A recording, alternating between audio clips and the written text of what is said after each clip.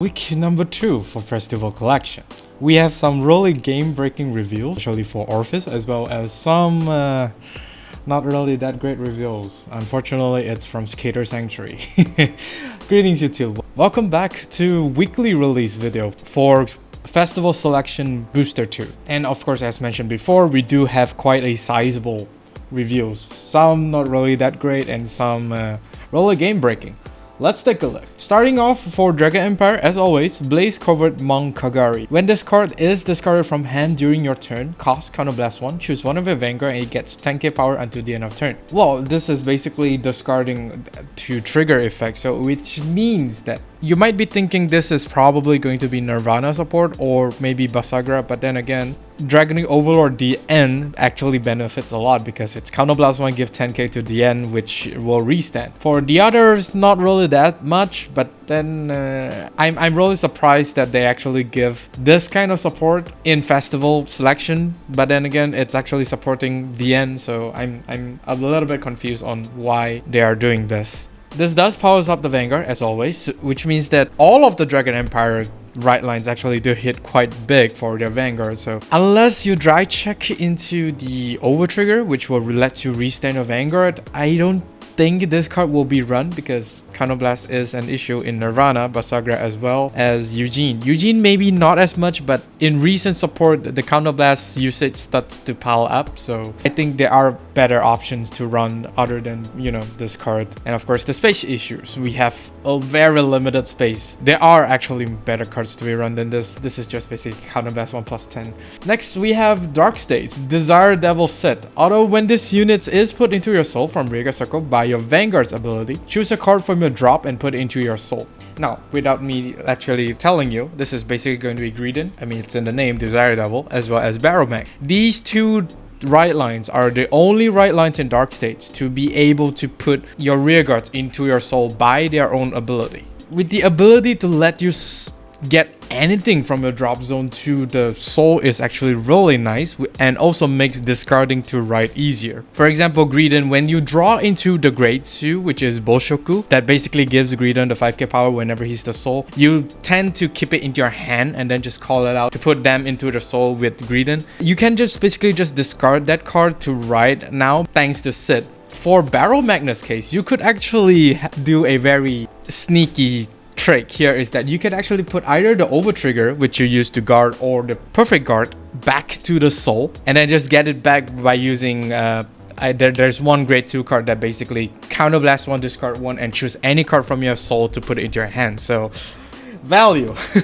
This card is actually a really solid pickup for Barrow as well as Greedent, so it's really nice. Moving on to Keter Sanctuary. Unfortunately, Keter Sanctuary, you're gonna be in a very big disappointment. Heavily Sickle of Pulses, Lepordron. I think that's how you name. Auto Regio Circle. When this unit attack hits, cost Counterblast 1, choose one of your other grade 3 or greater units and it gets power plus 10 until the end of turn. Even at a Counterblast 0. Honestly, I will not run this. It's so bad. I'm gonna put a hard skip on this. I don't think any of the Keter Sanctuary that wants to run this. Bushi, when I said to basically move forward Keter Sanctuary reveals, I don't mean this kind of support for Keter Sanctuary. This is just disgusting. And that's not all. Heavily Intrumentalist Rutoti. Auto Regio Circle. When this unit boosts a grade 3 unit and you have a Vanguard with Bastion in this card name, during this turn this unit gets 5k power. The disappointment never stops. A grade 1 in a Bastion deck. As if 4 PGs isn't enough. So yeah, I mean even the skill itself is basically locking you to a Bastion deck. Now, we all know how Bastion does not really want to run a lot of grade 1s in the deck, and this Festival Selection basically just gave them a grade 1 that specifically works in a deck that focuses around grade 3. I really don't know, man. This is basically a 13k booster for a grade 3. I mean, it's basically works together with the triple R of the sets, which we will take a look later. And speaking of the triple R, if you do decided to run this card, I would really advise you to run the triple R. They basically work together. You just could not like separate them. Never. Other than that, disappointment. Disappointment for our Keter Sanctuary player. Next is the triple R. Heavily Command Dragon, Exult Dragon. Something Dragon, something Dragon. Although when this unit is placed on rearguard circle and you have a Vanguard with Bastion in its card name, cost Counterblast 1 and Soul Blast 1. Search your deck for and call up to 1 Heavenly Instrumentalist Rutoti to rearguard circle in the same column as this unit and shuffle your deck. So this, as mentioned before, is basically pairing this card together with the Grade 1, which will kind of makes it a 28k column. I mean, it's decent. It's not like game breaking or anything. I mean, the 28k here also includes the 2k power from Bastion. So yeah, the cost is actually really heavy considering that you are only calling a 13k booster. I mean, Counterblast 1, Soul Blast 1 isn't exactly cost friendly. It's actually not too bad, but then again, it's really heavy. Rutoti does not stand for Bastion Prime skill because Bastion Prime only locks into restanding grade 3 units. So, I mean grade 3 rearguards. I don't think it's that good.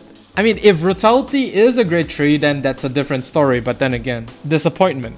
In my experience, I don't think any Bastion player will want to run this, but of course there is a niche for it. You could actually do some really aggressive stuff if you manage to top deck Sapiro call him from the right line skill, and then therefore Counterblast 1, Soul Blast 1 to basically just call Rutoti to end the same column, and you will have a 21k column, which is not too bad. But then again, if you do that, it means that your Counterblast is going to be really tight because most of the stuff in Bastion deck costs 2 Counterblasts.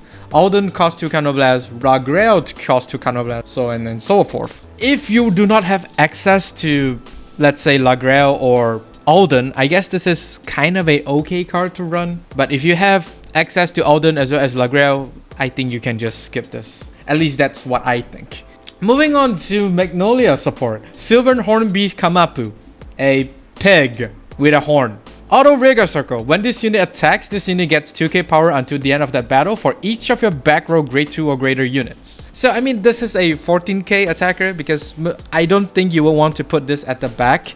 So he's most likely in the front because you want to have like grade 2 or greater units at the back of your back row, which in total will result into a 14k pig attacking your opponent. It gets funnier the more I say it. I think this card is best suited to be run in a Magnolia deck. I mean, come on. Who in their right mind or deck is gonna put a grade 2 in the back row except Magnolia? I don't think so, right? But why? You have other better attacker, you have other better units to basically give you plus. Whereas this one is just like a -1 for a 14k attacker. I mean, 19k with the addition of Magnolia Elder skill. But yeah, most probably a skip. It's a pig anyway. It's best left to the slaughterhouse. I'm sorry, PETA. Don't sue me. Next for Brand Gate, we have Aurora Battle Princess Horn Apricot. Auto Rearguard Circle. When this unit boosts a Vanguard with Seraph in its card name, Counterblast 1, your opponent choose a trigger unit from their drop and imprison it in your prison. This is basically Seraph Snow support.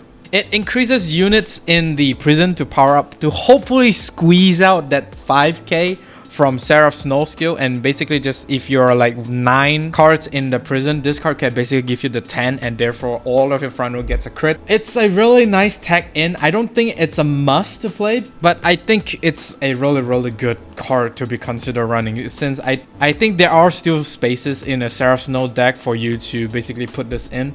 This card is actually really nice. Imprison a normal or defensive trigger unit is actually recommended because of course the effect critical trigger can be called out from the prison by your opponent and therefore use its skill. So I guess all of the defensive trigger units or normal triggers is the most likely units to be imprisoned from this unit skill, because they don't really do anything from, even if your opponent does decide to free those trigger units to the board. What's more, it's basically possibly just going to be 4 or 5k, so it's actually very crippling for your opponent. So it's either they want to release it or they release it and get a mediocre rearguard. So it's very nice.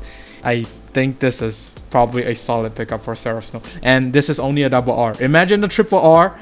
Moving on to Orfist. Cardinal Principal Regio. Auto Rearguard Circle. During your turn, When your Shadow Army token is retired from Regio Circle, this unit gets 5k power until the end of turn. So this basically just lets you have more value out of you retiring your tokens. Basically means that Desti Jade as well as Mashuria will get the most value out of it, because these two actually retires multiple SATs just to get more power or resend. I mean, there are other cards that basically retires your token. For example, Tamburino as well as Overdress. Those cards could still get value, but to get the most value out of this card is basically these two, which retires 3 Shadow Army tokens. But then again, even if this card is like really strong and could potentially get a lot of power, I mean 15k power is... it's nothing to scuff that. It's most probably gonna be skipped because of other than being a really big booster, I don't think it's doing a lot for the deck. The deck really does need some other stuff to help it get going, because as we move to the new Orfist, the board is getting more vulnerable to retire, so I don't think this card will be run, but it's a nice tech in for the old Orfist, surprisingly. Moving on, everyone's favorite card of the week, Cardinal, Dominus, Orfist, Regis. Although when this unit is placed on Vanguard Circle, choose up to 1 World Order from your hand or drop and put it into your order zone. Second skill, Auto Vanguard Circle. When this unit attacks, if your world is Abyssal Dark Knight, cost Counterblast 1 and discard a card from your hand, and for every 2 world cards in your order zone, call up to 1 Shadow Army token to Regio Circle, and this unit gets 5k power until the end of that battle. If they are 4 world order, power plus 10. The art, once again by Daisuke Izuka, the artist for Chaos Breaker. Yeah, we're gonna get wrecked, I would say, and may possibly open up a new meta game for Orfist. This card is basically very consistent into getting into Abyssal Dark Knight, because for sure you will have 1 world order card from the right line, and of course if you do get them, you can just basically discard the world order or just keep it into the hand and basically just play it by you riding into Orfist Regis, which technically makes your discard to ride Orfist Regis on the 3rd turn basically free, and depends on whatever order you put to the order zone, you're gonna get even more pluses out of it. So basically the targets to a world order to be put into the order zone is basically either Eclipse Moonlight, because Eclipse Moonlight just basically just gives you 1 Shadow Army token, and as we see from the skill here, Orfist Regis does not really generate any token, so this card might potentially just shoot up in value just because you're able to generate 1 token for free, which is very nice. Overcoming an Eternity is also a solid order, because whatever Shadow Army tokens that you call will get a 5k, which is quite not bad. And if you have multiple copies on the order zone with this card, they could stack up really fast, and since they're 15k base, they can go up to 25. It's actually really starting to be very disgusting. And also, by trading away you Superior Calling 3 Shadow Army token, you basically get to multi-attack with the Shadow Army token, which is not too bad, although the Counterblast 1 and discard is a little bit much. But I guess there are still some cards that basically let you filter the deck. For example, Tecton on this card gets to check the top 5 to put a order to your hand, which will makes the whole discard part kind of negligible, but then again you're basically trading a 5k for a 0 shield, so there's still something to think about. This is the new face of Abyssal Dark Knight, and I think with more support, Orfist Regis might just be one of the big leaks of the metagame for DBT06. And that is all for week 2. It's actually quite a lengthy one. In any case, we're only 4 weeks to release and we almost got everything revealed for this set, which is surprising, so I can't wait for the triple R's for Bruce as well as Greedon. Do like and subscribe if you like this video, and of course do ring the bell notification icon so that you don't miss a video I upload. With that being said, I'll see you all on the field.